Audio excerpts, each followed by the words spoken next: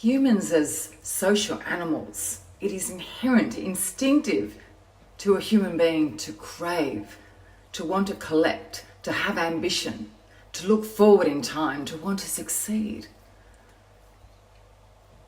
In the paradigm of wanting, there is no space for peace. The sweet spot of peace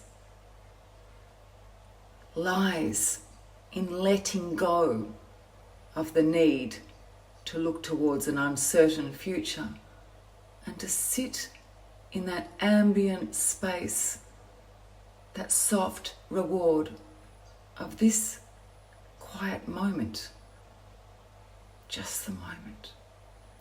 That's where peace lies.